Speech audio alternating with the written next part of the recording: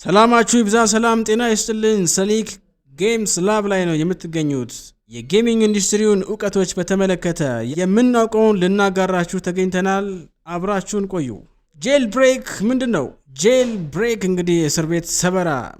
ብለን መተርጎም እንችላለን እንግዲህ ከእስር ቤት የሚያመልጡ እስረኞች የእስር ቤቱን ደካማ ጎን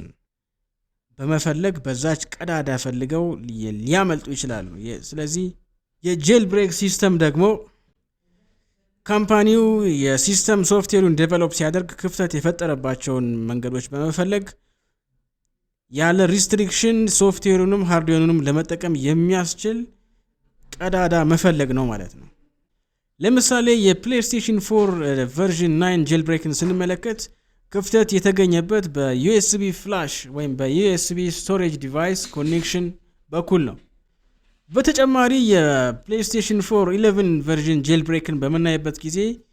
የሲስተም ሶፍትዌሩ ክፍተት የተገኘበት በኔትወርክ ኮኔክሽኑ በኩል ነው ስለዚህ እነዚህን ክፍተቶች በመጠቀም ሶፍትዌር ዴቨሎፐሮች የካምፓኒውን ክፍተት ያሳዩታል ማለት ነው በነገራችሁ ላይ እንግዲህ የጄል ብሬክ ሲስተሞች የካምፓኒውን ችግሮች ስለሚያሳዩ ካምፓኒው በነዛ ጉዳዮች ላይ ራሱን አፕዴት ያደረገ እያሻሻለ እንዲሄድ መንገድ ይፈጥሩለታል ማለት ነው